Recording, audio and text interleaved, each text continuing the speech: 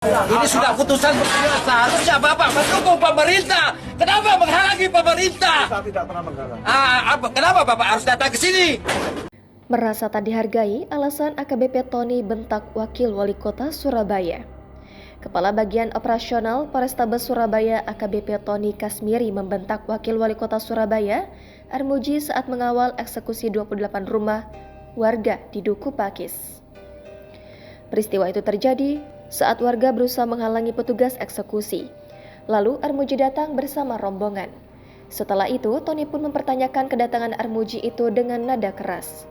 Beberapa saat kemudian, Armuji dan rombongannya akhirnya pergi meninggalkan Duku Pakis. Memprovokasi warga. Tidak boleh begitu. Tolong hargai orang PN. Kami hanya mengamankan. Kenapa selama ini sidang kemana saja? Tony mengatakan kedatangan Armuji ke lokasi penggusuran dinilai menghalangi tugasnya melaksanakan perintah PN Surabaya. Dirinya juga merasa tidak dihargai dengan kedatangan Armuji itu. Kalau melaksanakan tugas, kita sama-sama Forkopimda, Pemkot, Polres, PN kan memang satu. Kenapa menghalangi saya? Kata Tony ketika ditemui saat demo buruh di Gedung Negara Gerahadi pada Rabu 9 Agustus kemarin.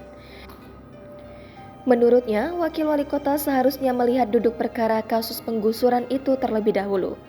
Sekarang kepentingannya apa? Mau kampanye kah? Mau bela wong cilik kah? Wong cilik yang mana? Wong cilik yang tidak taat hukum atau bagaimana? Jelas dia. Sementara itu, Armuji mengatakan kedatangan dirinya ke lokasi Duku Pakis bukan tanpa alasan. Dirinya menerima laporan warga tentang rencana eksekusi tersebut pada Senin 7 Agustus lalu.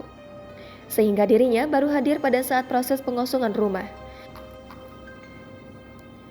Setelah itu, dirinya berinisiatif untuk melakukan mediasi dan meminta jurusita PN Surabaya memberi waktu ke warga untuk mencari lokasi untuk pindah. Jangan lupa subscribe, share, komen, dan like ya!